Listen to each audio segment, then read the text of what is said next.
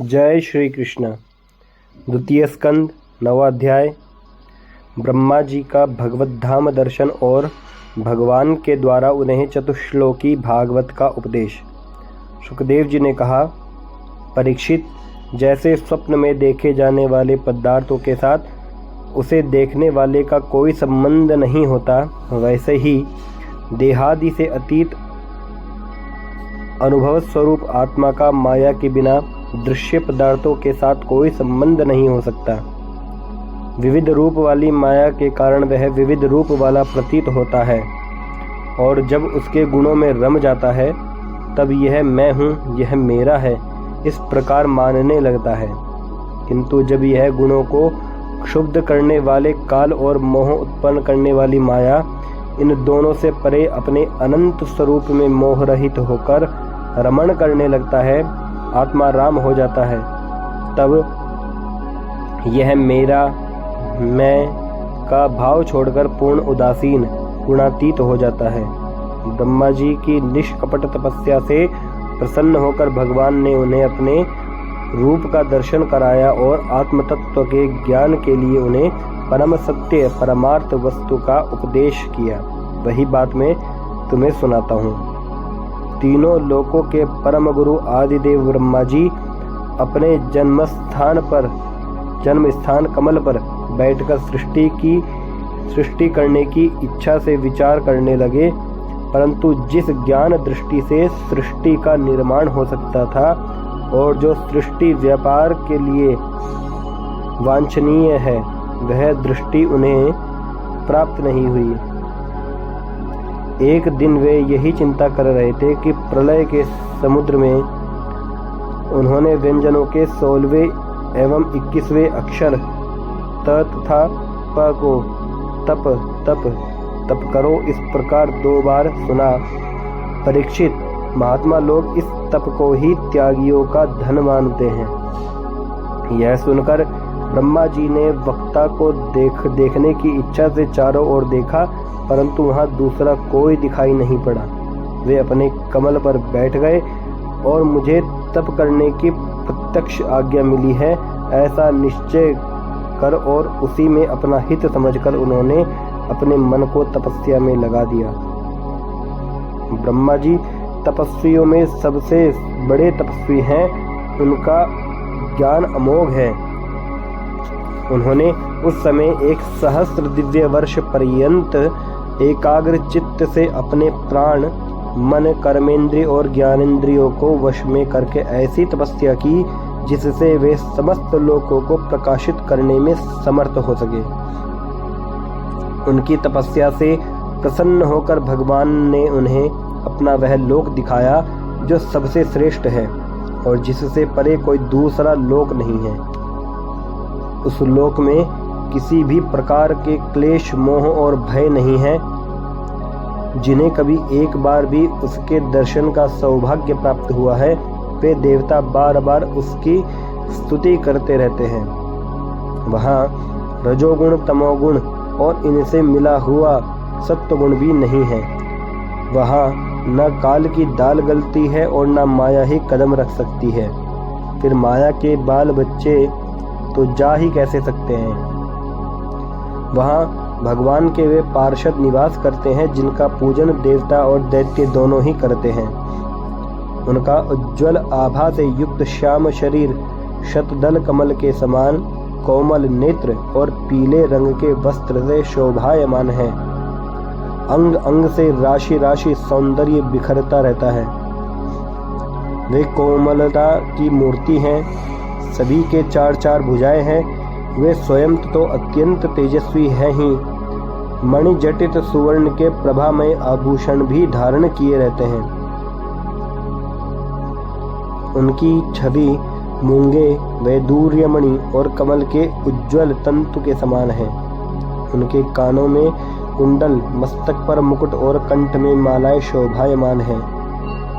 जिस प्रकार आकाश बिजली सहित बादलों से शोभायमान होता है, वैसे ही वह लोक मनोहर कामनियों की कांति से युक्त महात्माओं के दिव्य तेजोमय विमानों से स्थान स्थान पर सुशोभित होता रहता है। उस वैकुंठ लोक में लक्ष्मी जी सुंदर रूप धारण करके अपनी विविध विभूतियों के द्वारा भगवान के चरण कमलों की अनेकों प्रकार से सेवा करती रहती है। कभी कभी जब वे झूले पर बैठकर अपने प्रियतम भगवान की लीलाओं का गायन करने लगती हैं, तब उनके सौंदर्य और सुरभि से उन्मत्त होकर भौरे स्वयं उन लक्ष्मी जी का गुणगान करने लगते हैं। ब्रह्मा जी ने देखा कि उस दिव्य लोक में समस्त भक्तों के रक्षक लक्ष्मीपति, यज्ञपति एवं विश्वपति भगवान विराजमान हैं। सुनंद, नंद, प्रबल और अरहण आदि मुख्य मुख्य पार्षद गण उन प्रभु की सेवा कर रहे हैं। उनका मुख कमल प्रसाद मधुर मुस्कान से युक्त है, आंखों में लाल लाल डोरियां है, बड़ी मोहक और मधुर चितवन है। ऐसा जान पड़ता है कि अभी अभी अपने प्रेमी भक्त को अपना सर्वस्व दे देंगे। सिर पर मुकुट, कानों में कुंडल और कंधे पर पीतांबर जगमगा रहे हैं। वक्षस्थल पर एक सुनहरी रेखा के रूप में श्री लक्ष्मी जी विराजमान हैं और सुंदर 4 भुजाएं हैं। वे एक सर्वोत्तम और बहुमूल्य आसन पर विराजमान हैं। पुरुष प्रकृति, महत्त्व, अहंकार, मन, 10 इंद्रिय, शब्दादि 5 तन मात्राएं और पंचभूत, ये 25 शक्तिमान मूर्तिमान होकर उनके चारों ओर खड़ी हैं। समग्र ऐश्वर्य, धर्म, कीर्ति, श्री, ज्ञान और वैराग्य, इन 6 नित्य सिद्ध स्वरूप भूत शक्तियों से वे सर्वदा युक्त रहते हैं। उनके अतिरिक्त और कहीं भी ये नित्य रूप से निवास नहीं करते। वे सर्वेश्वर प्रभु अपने नित्य आनंदमय स्वरूप में ही नित्य निरंतर निमग्न रहते हैं। उनका दर्शन करते ही ब्रह्मा जी का हृदय आनंद के उद्रेक से लबालब भर गया। शरीर पुलकित हो उठा, नेत्रों में प्रेमाश्रु छलक आए। ब्रह्मा जी ने भगवान के उन चरण कमलों में जो परमहंसों के निवृत्ति मार्ग से प्राप्त हो सकते हैं, सिर झुकाकर प्रणाम किया। ब्रह्मा जी के प्यारे भगवान अपने प्रिय ब्रह्मा को प्रेम और दर्शन के आनंद में निमग्न, शरणागत तथा प्रजा सृष्टि के लिए आदेश देने के योग्य देखकर बहुत प्रसन्न हुए। उन्होंने ब्रह्मा जी से हाथ मिलाया तथा मंद मुस्कान से अलंकृत वाणी में कहा। श्री भगवान ने कहा, ब्रह्मा जी, तुम्हारे हृदय में तो समस्त वेदों का ज्ञान विद्यमान है। तुमने सृष्टि रचना की इच्छा से चिरकाल तक तपस्या करके मुझे भली भांति संतुष्ट कर दिया है। मन में कपट रखकर योग साधन करने वाले मुझे कभी प्रसन्न नहीं कर सकते। तुम्हारा कल्याण हो, तुम्हारी जो अभिलाषा हो वही वर मुझे से मांग लो, क्योंकि मैं मुँह मांगी वस्तु देने में समर्थ हूँ। ब्रह्मा जी, जीव के समस्त कल्याणकारी साधनों का विश्राम पर्यवसान मेरे दर्शन में ही है। तुमने मुझे देखे बिना ही उस सूने जल में मेरी वाणी सुनकर इतनी घोर तपस्या की। इसी से मेरी इच्छा से तुम्हें मेरे लोक का दर्शन हुआ है। तुम उस समय सृष्टि रचना का कर्म करने में किम कर्तव्य विमूढ़ हो रहे थे। इसी से मैंने तुम्हें तपस्या करने की आज्ञा दी थी, क्योंकि निष्पाप तपस्या मेरा हृदय है और मैं स्वयं तपस्या का आत्मा हूँ। मैं तपस्या से ही इस संसार की सृष्टि करता हूँ, तपस्या से ही इसका धारण पोषण करता हूँ और फिर तपस्या से ही इसे अपने में लीन कर लेता हूँ। तपस्या मेरी एक दुर्लंघ्य शक्ति है। ब्रह्मा जी ने कहा, भगवान, आप समस्त प्राणियों के अंतःकरण में साक्षी रूप से विराजमान रहते हैं। आप अपने अप्रतिहत ज्ञान से यह जानते ही हैं कि मैं क्या करना चाहता हूँ।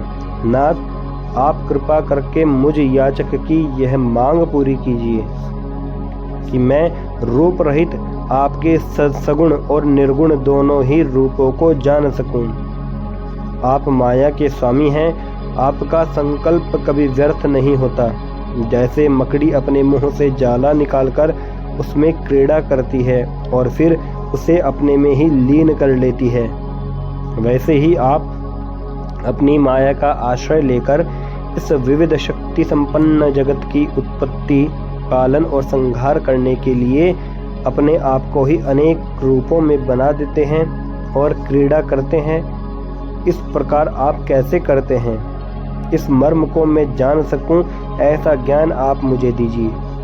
आप मुझ पर ऐसी कृपा कीजिए कि मैं सजग रहकर सावधानी से आपकी आज्ञा का पालन कर सकूं और सृष्टि की रचना करते समय भी कर्तापन आदि के अभिमान से बंध न जाऊं। प्रभो, आपने एक मित्र के समान हाथ पकड़कर मुझे अपना मित्र स्वीकार किया है, अतः जब मैं आपकी इस सेवा सृष्टि रचना में लगूं और सावधानी से पूर्व सृष्टि के गुण कर्मानुसार जीवों का विभाजन करने लगूं, तब कहीं अपने को जन्म कर्म से स्वतंत्र मानकर प्रबल अभिमान न कर बैठूं। श्री भगवान ने कहा, अनुभव, प्रेमा भक्ति और साधनों से युक्त अत्यंत गोपनीय अपने स्वरूप का ज्ञान मैं तुम्हें कहता हूँ, तुम उसे ग्रहण करो। मेरा जितना विस्तार है, मेरा जो लक्षण है, मेरे जितने और जैसे रूप गुण और लीलाएं हैं, मेरी कृपा से तुम उनका तत्व ठीक ठीक वैसा ही अनुभव करोगे। सृष्टि के पूर्व केवल मैं ही था, मेरे अतिरिक्त ना स्थूल था ना सूक्ष्म, और ना तो दोनों का कारण अज्ञान। जहाँ यह सृष्टि नहीं है वहाँ मैं ही मैं हूँ, और इस सृष्टि के रूप में जो कुछ प्रतीत हो रहा है वह भी मैं ही हूँ, और जो कुछ बच रहेगा वह भी मैं ही हूँ। वास्तव में ना होने पर भी जो कुछ अनिर्वचनीय वस्तु मेरे अतिरिक्त मुझ परमात्मा में दो चंद्रमाओं की तरह मिथ्या ही प्रतीत हो रही है, अथवा विद्यमान होने पर भी आकाश मंडल के नक्षत्रों में राहु की भांति जो मेरी प्रतीति नहीं होती, इसे मेरी माया समझना चाहिए।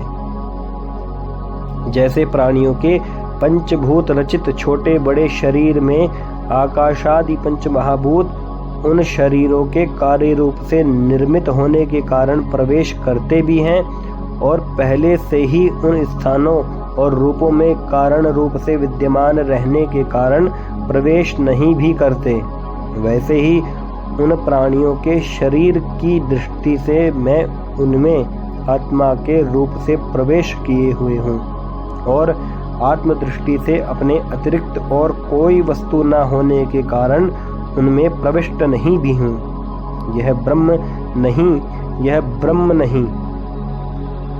इस प्रकार निषेध की पद्धति से और यह ब्रह्म है, इस अन्वय की पद्धति से यही सिद्ध होता है कि सर्वातीत एवं सर्वस्वरूप भगवान ही सर्वदा और सर्वत्र स्थित है। वही वास्तविक तत्व है। जो आत्मा अथवा परमात्मा तत्व जानना चाहते हैं, उन्हें केवल इतना ही जानने की आवश्यकता है, ब्रह्मा जी, तुम अविचल समाधि के द्वारा मेरे इस सिद्धांत में पूर्ण निष्ठा कर लो।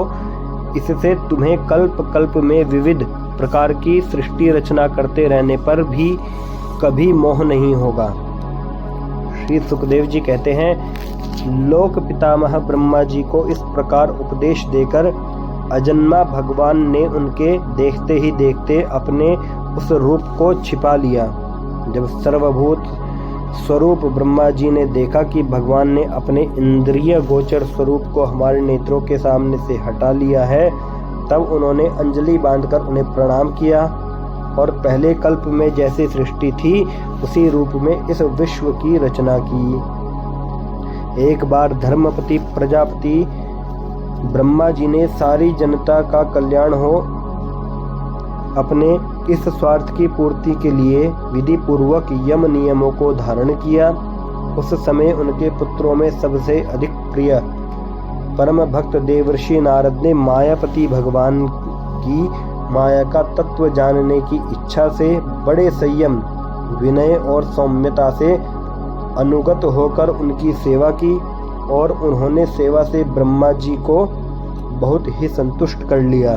परीक्षित, जब देवर्षि नारद ने देखा कि मेरे लोक पिताजी मुझ पर प्रसन्न हैं, तब उन्होंने उनसे यही प्रश्न किया जो तुम मुझसे कर रहे हो। उनके प्रश्न से ब्रह्मा जी और भी प्रसन्न हुए। फिर उन्होंने यह 10 लक्षण वाला भागवत पुराण अपने पुत्र नारद को सुनाया, जिसका स्वयं भगवान ने उन्हें उपदेश किया था। परीक्षित, जिस समय मेरे परम तेजस्वी पिता सरस्वती के तट पर बैठकर परमात्मा के ध्यान में मग्न थे, उस समय देवर्षि नारद जी ने वही भागवत उन्हें सुनाया। तुमने मुझसे जो यह प्रश्न किया है कि विराट पुरुष से इस जगत की उत्पत्ति कैसे हुई, तथा दूसरे भी जो बहुत से प्रश्न किए हैं, उन सब का उत्तर मैं उसी भागवत पुराण के रूप में देता हूँ। द्वितीय स्कंद 9वां अध्याय संपूर्ण। जय जय श्री राधे श्याम।